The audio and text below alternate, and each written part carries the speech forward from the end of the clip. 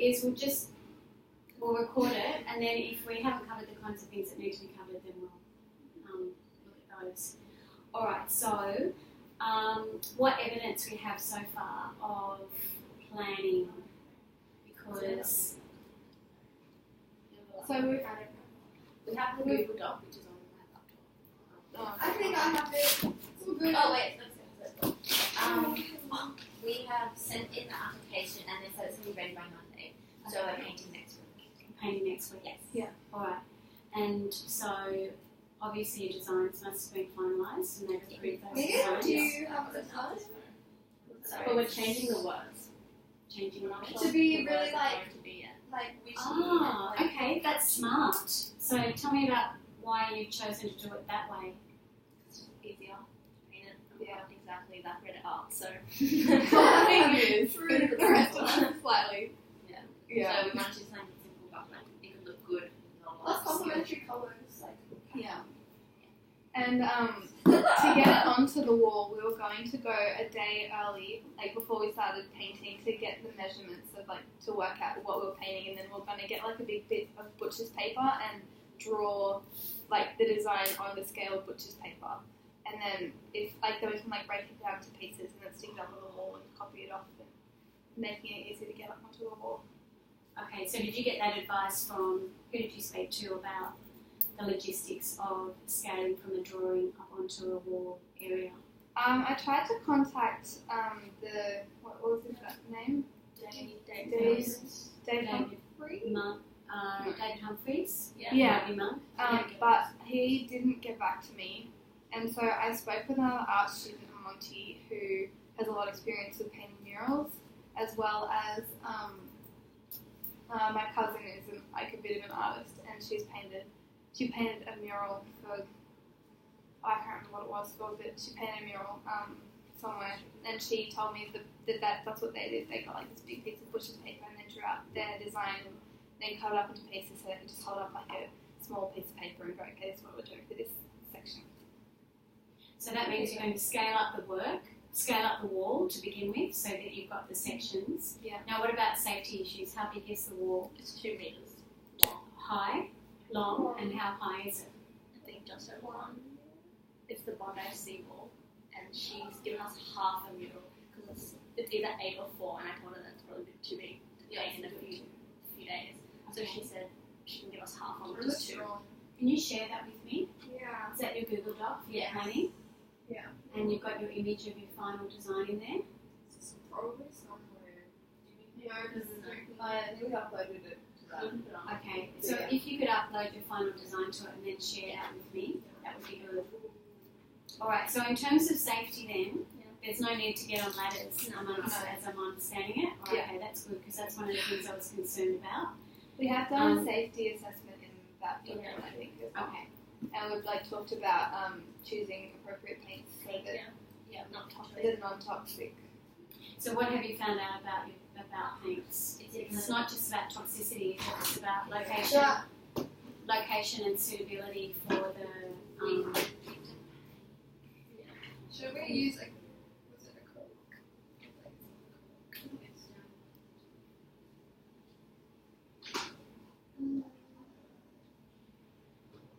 So do you have the paint yet?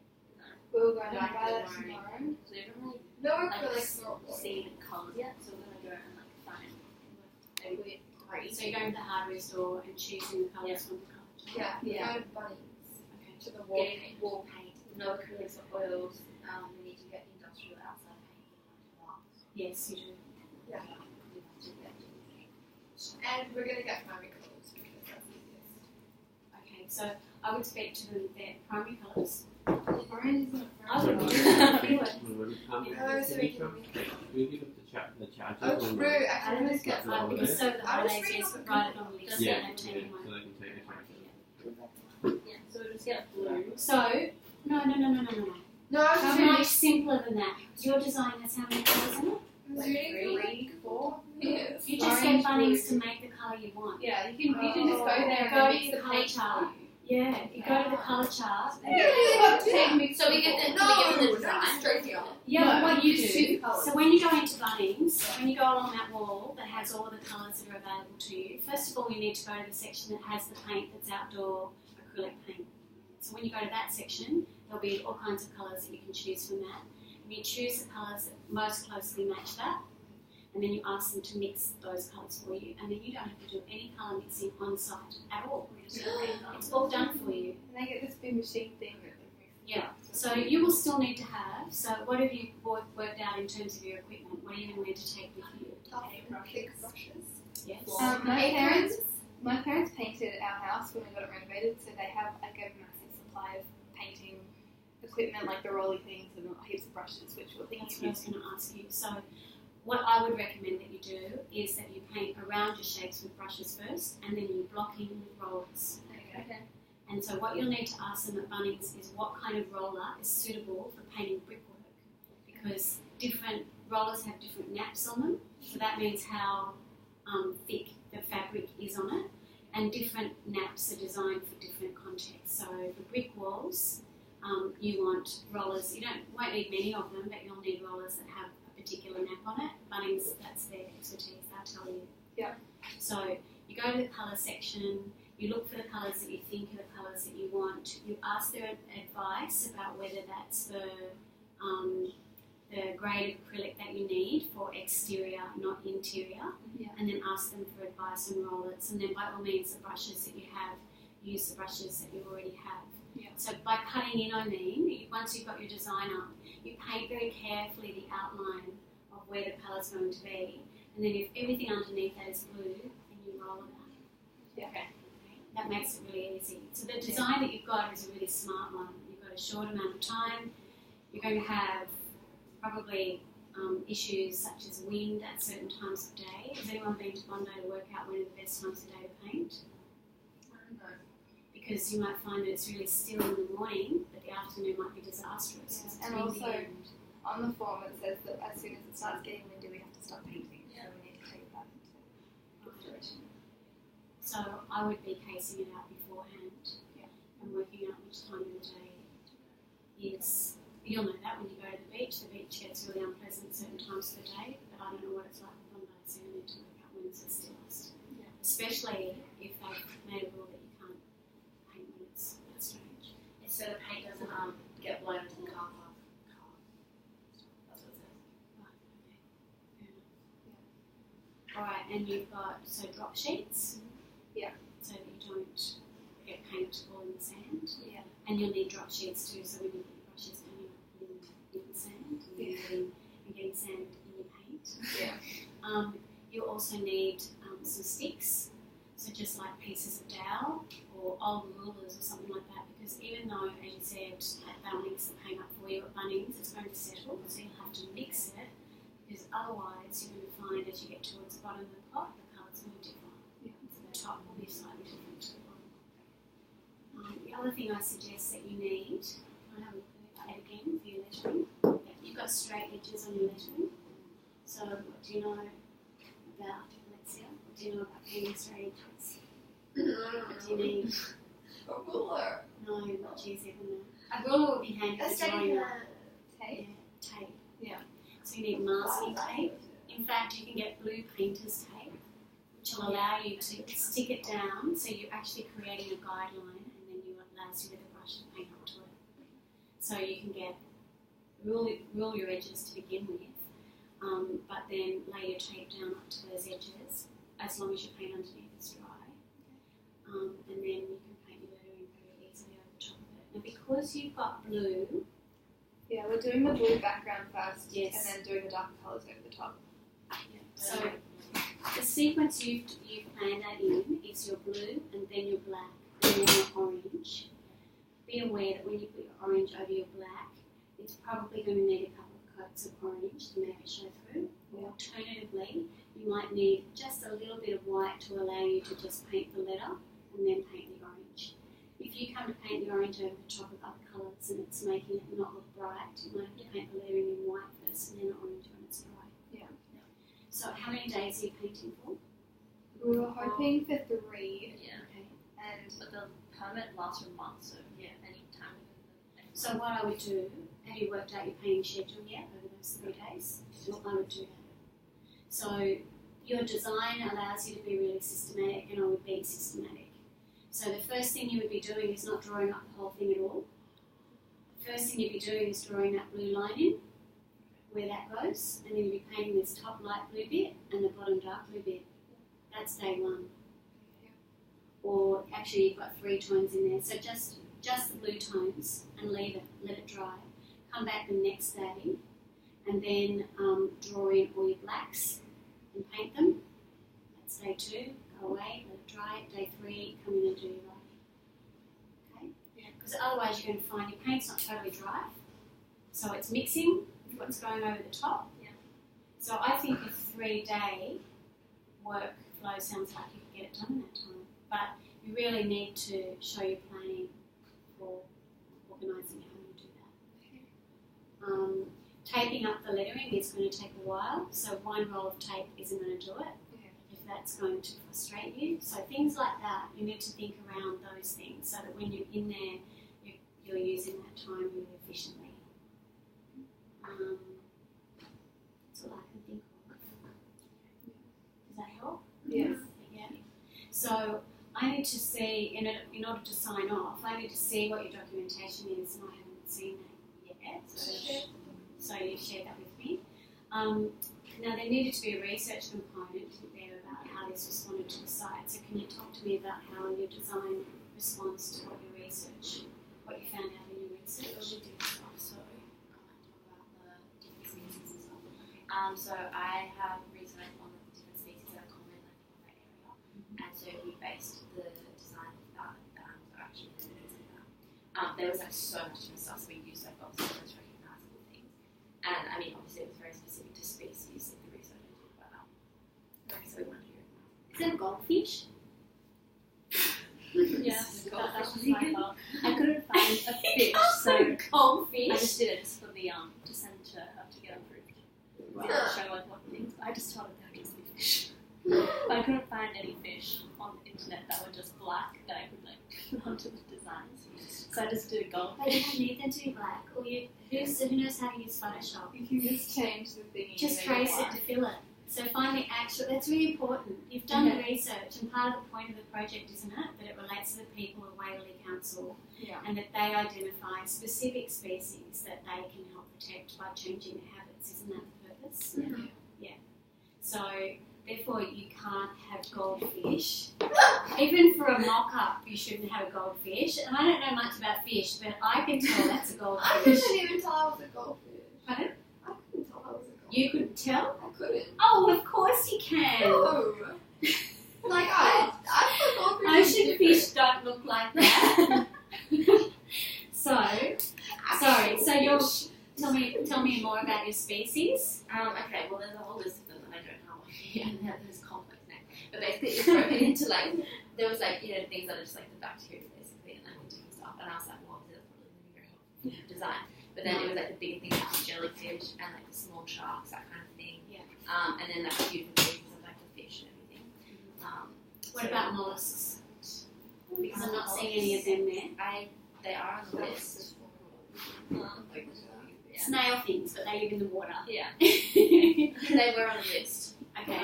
But we didn't. So maybe that's missing. Okay. Because you need people to value not only just what's in the water, but what's in rock pools and so on, because for many people that's their experience of, they don't see these creatures at all, do they? But their experience of looking after that environment is what they see in the rock pools and on the edges. So you might need to look at how your design accommodates that, but I don't see that that's a problem. Are these plant species specific? That looks like a freshwater plant, and that does too. These look like they're marine, so you need to make sure your plant species are actually marine species and not freshwater ones. Yeah. Because someone out there in the community will contact Waverley Council and say, what on earth do you think you're doing? There's a goldfish in the ocean. You can guarantee it. That will happen. There'll be that one person who's walking around and goes, oh, there's a goldfish.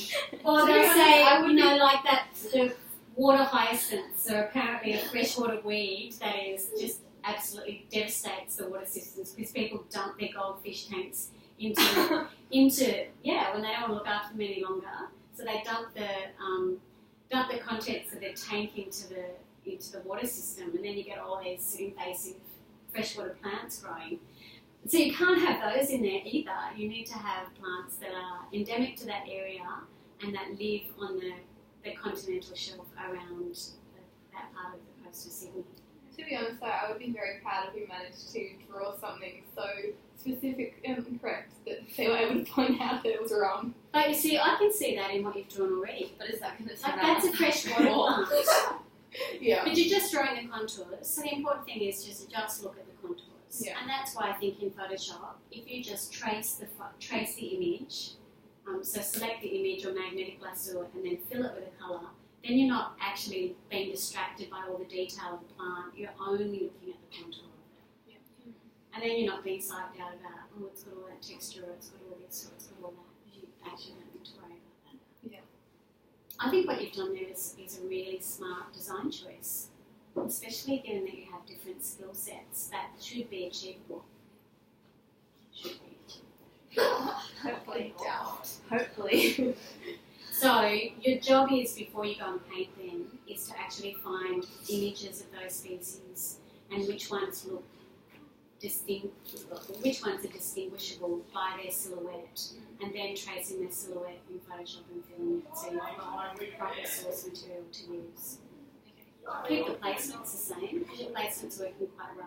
I don't know if that was accidental or intended, but the way that you've got the repetition of your black down here, and then smalls, this coming in from the edge, grouping a larger, your eyes heading off here, but then your eyes heading back in again. They're all important choices, which, yes, you might not have planned it that way, but the balance of them is working quite nicely. So you actually need to, your skill now will be transferring that balance that you have here to the wall. And think about, just in terms of an art perspective, think about how your eye sees things that are similar to each other and joins them together. So your eye bounces from black to black to black to black to black. So when you're looking at it and standing back from it, even if it is starting to look a bit different, ask yourself, well, how does my eye travel through the picture? If my eye is travelling with that turtle straight out of the picture, I need to have something here that's bringing the eye back in. Maybe the turtle is better actually facing in and out. So just think about those kinds of things. Our eye flows, the way he's swimming. Our eye flows, the way he's swimming. Yeah. Now what's on either end of the mural? Is it more black or plain or? There would be a colour. We think we haven't been to the site yet, To see our section. so Like the whole wall. we were hoping to get there within the next few days to check it out to see about it. Once we've got like the approval in the space, kind of, this is yours. So it is okay to do things. Oh, sorry.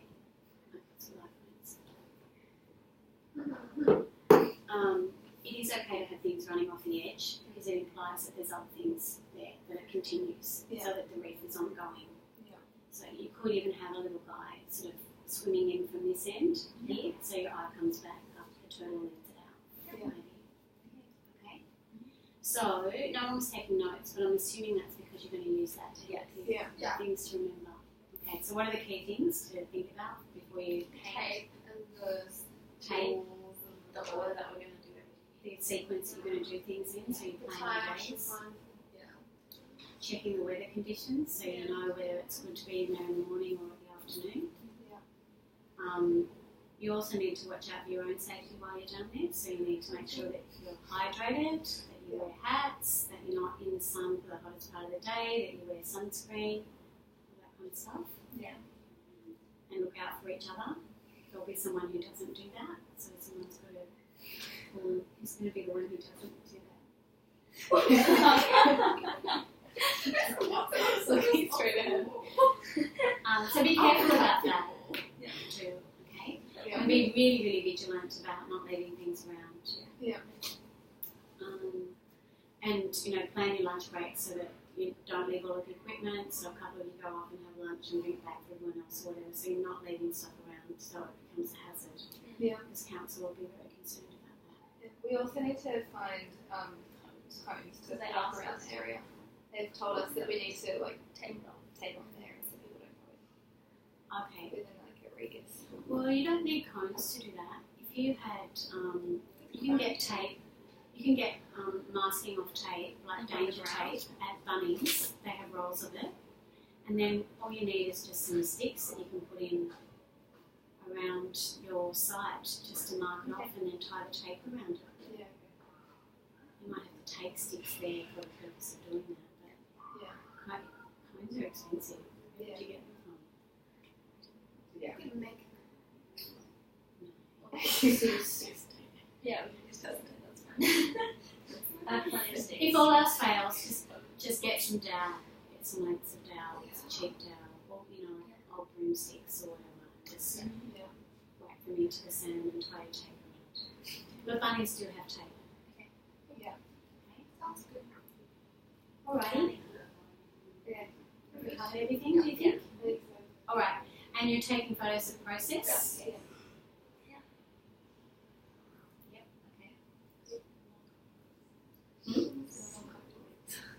I'm very good. Well, I think if you go there well prepared, you'll have it done in those 3 days. It's really quite achievable. I'm actually really proud of you choosing something that you're able to do. Because that's High expectations. I can't tell you how many times people have chosen something that's actually beyond their capabilities, and then it looks awful. I know, like all the details. But there's no reason why that can't look fantastic. Yeah. Okay. So yeah, good job. Yeah. Okay. You go. So just make sure you document it really well. Yeah. Yeah. Definitely. And hopefully I've covered what we needed to cover. Yes, you have.